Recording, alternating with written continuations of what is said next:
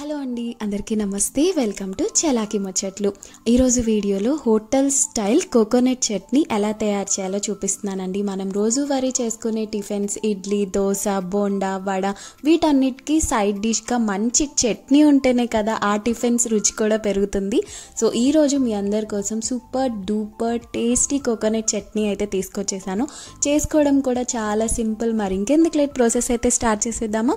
First అయితే ఒక mixie jar తీసుకొని అందులో ముప్పావు కప్పు దాకా పచ్చి కొబ్బరి ముక్కలు యాడ్ చేసుకోవాలి. మీకు కావాలంటే ఆ బ్రౌన్ పార్ట్ కూడా తీసేసుకోవచ్చు.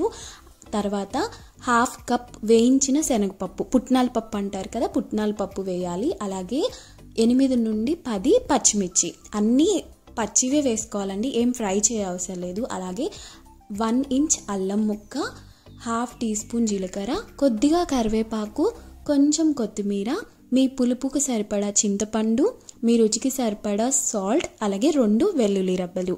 ఇవన్నీ వేసేసి గోరువెచ్చని నీటితో మిక్సీ పట్టుకోవాలండి. మనం ఎక్కువ రోజులు ఉంటుంది అన్నమాట చట్నీ, ఒక 2-3 డేస్ వరకు కూడా స్టోర్ ఉంటుంది మనం గోరువెచ్చని నీళ్ళు వేసుకుంటే.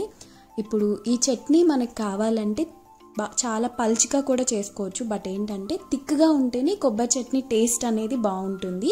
ఇప్పుడు ఈ చట్నీకి తాలింపు పెట్టుకుందామండి.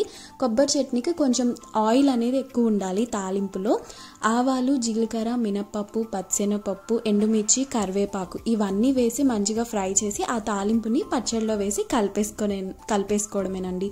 చూసారు కదా, చాలా సింపుల్, బట్ టేస్ట్ అయితే అద్దిరిపోతుంది. తప్పకుండా ట్రై చేయండి.